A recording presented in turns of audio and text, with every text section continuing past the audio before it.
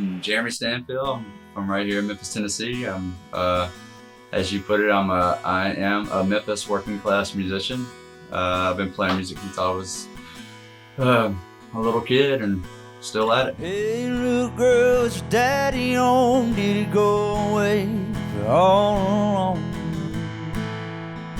I wanna take you higher. I'm on fire. Tell me now, I grew up around music. My dad's a drummer and my uncles were musicians, and so I grew up sitting on the side of the stage watching my dad play. It just kind of was like I think just a natural progression for me. I just thought that's just what you were supposed to do, and I gravitated towards it. Well, I was always that kid that was attracted to pianos. I think it's just because it was a percussion instrument. I loved the drums, but I was always the one that if I saw a piano, I would go and bang on it and know everybody, and that kind of, I don't know, I just loved the piano. And then that's kind of what drew me into other instruments, is because the piano kind of opened me up to writing songs, and then writing songs led me into playing guitar and bass and all those other things.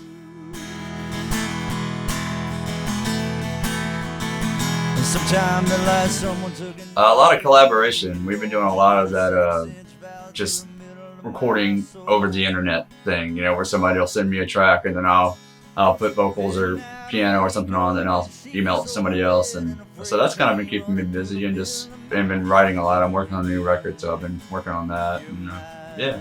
I signed to a non-profit label called Blue Barrel Records about a year ago, which is Ward Archer's label, which is Archer Records.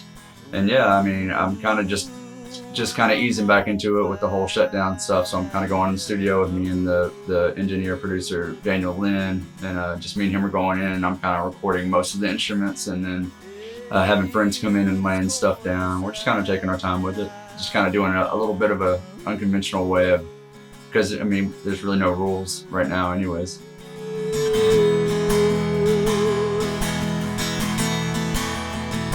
Sometimes in life someone took a knife, baby, edgy and dull, and cut a 6-inch valley through the middle of my soul. And now to wake up with the sheets over wet and a freight train running through the middle of my head. Only you can cure my desire.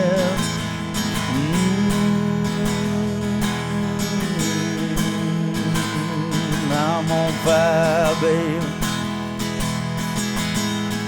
Yeah, I'm singing out. I'm on fire, babe. Yeah, I'm singing out. I'm on fire, babe.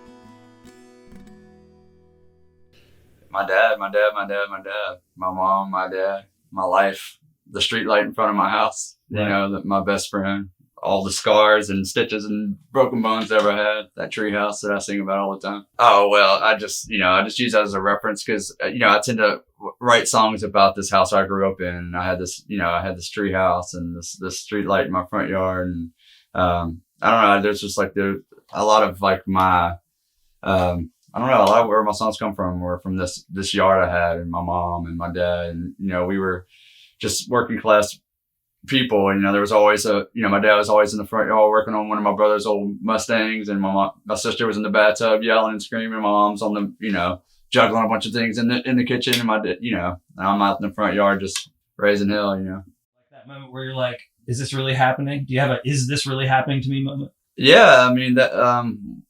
The band, when I walked in, you had a band that I grew up playing in.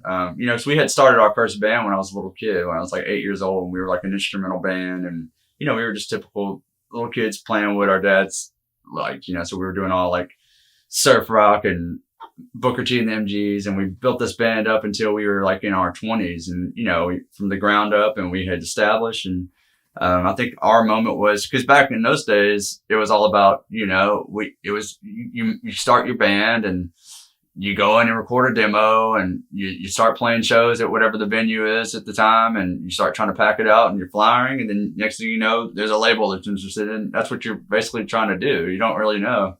But that happened for us. One day I was just sitting on my couch and I get a phone call on whatever the phone was back then, and then and it's some guy saying, "Hey, it's Joe Blow from this major record label," and and I'm thinking it's a joke, and I'm like, because that's the goal, right. And it was a record label that was our favorite bands at the time were on, and and he was just like, "Yo, so we're gonna fly to LA next weekend. Give me all your stuff and your credentials." And next thing I know, I'm in Hollywood showcasing for like one of the biggest record labels in the world, So that was kind of one of those moments. Take a step back and go, wow, is this really happening? Yeah. Well, I was always, like I said, I started off playing drums and piano. So from an early age, I was singing and writing songs and doing that thing.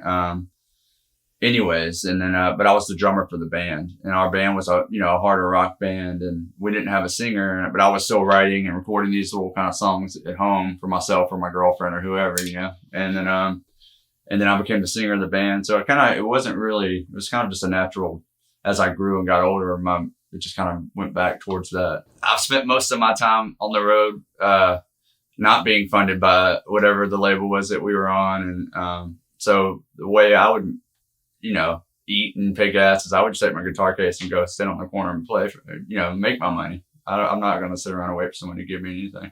Yeah. I mean, I think, for someone who has struggled with addiction and loss and just trying to find out who I am as a person, I think that's a normal thing. I think my message would be is just to keep on trying.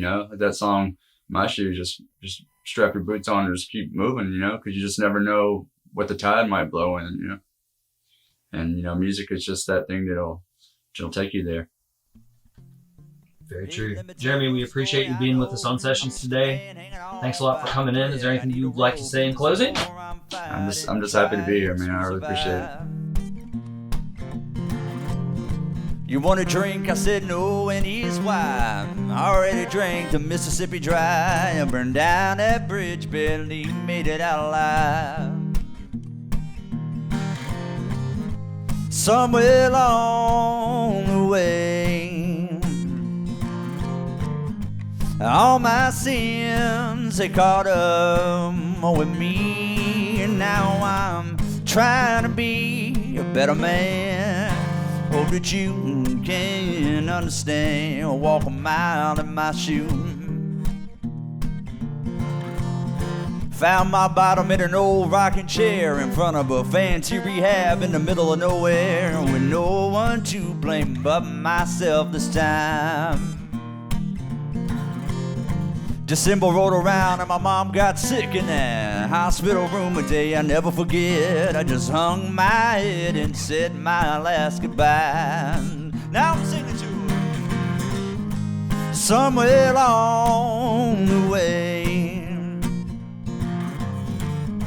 all my troubles, they caught up with me, and now I'm trying to be a better man. Hope that you can understand, walk a mile in my shoes. Better believe I bought these things brand new. Whoa,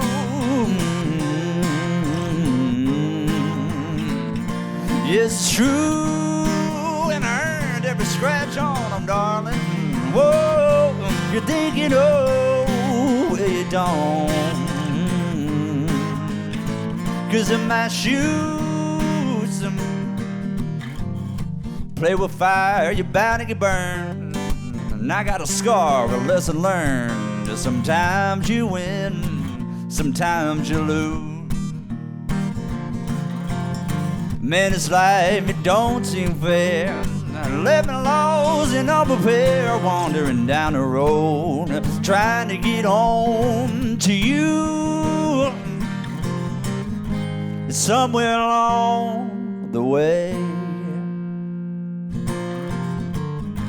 All my sins, they caught up with me, and now I'm trying to be a better man.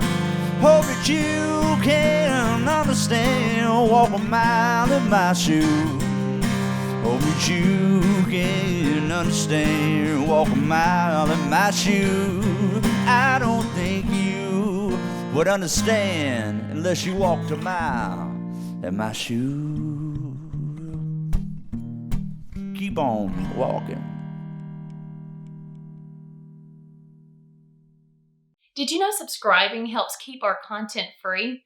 Click the subscribe button now.